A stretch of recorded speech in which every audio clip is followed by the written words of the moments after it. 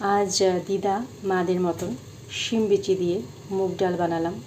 ওদের মতো হয়তো হয়নি, কিন্তু অনেক পুরনো কথা মনে পড়ে গেল। এবার যখন গুয়াহাটি গেছিলাম, অনেক বছর পর শিম বিচি দেখলাম বাজারে, তাই নিয়ে আসলাম। দিল্লিতে তো দেখা যায় না, তাই শিম বিচিগুলো সারা রাত ভিজিয়ে রেখেছিলাম। এইভাবে খোসাগুলো ছাড়িয়ে নেব। শিম বিচির খোসা ছাড়িয়ে নিলাম। ড্রাই করে মুগ ডাল ভেজে নিলাম। ডালটা ভালো করে ধুয়ে নেব। প্রেসার কুকারে ডাল আর শিম বিচিগুলো নুন দিয়ে বয়ল করে নেব।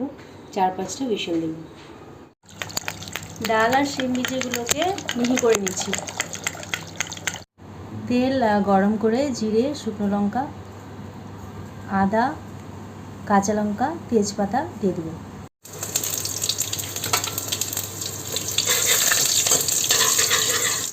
হলুদ আর জিরের গুঁড়ো দিয়ে ভালো করে ভেজে নেব।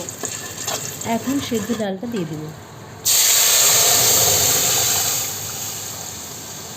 নামানোর আগে একটু ঘি দিয়ে দিলাম।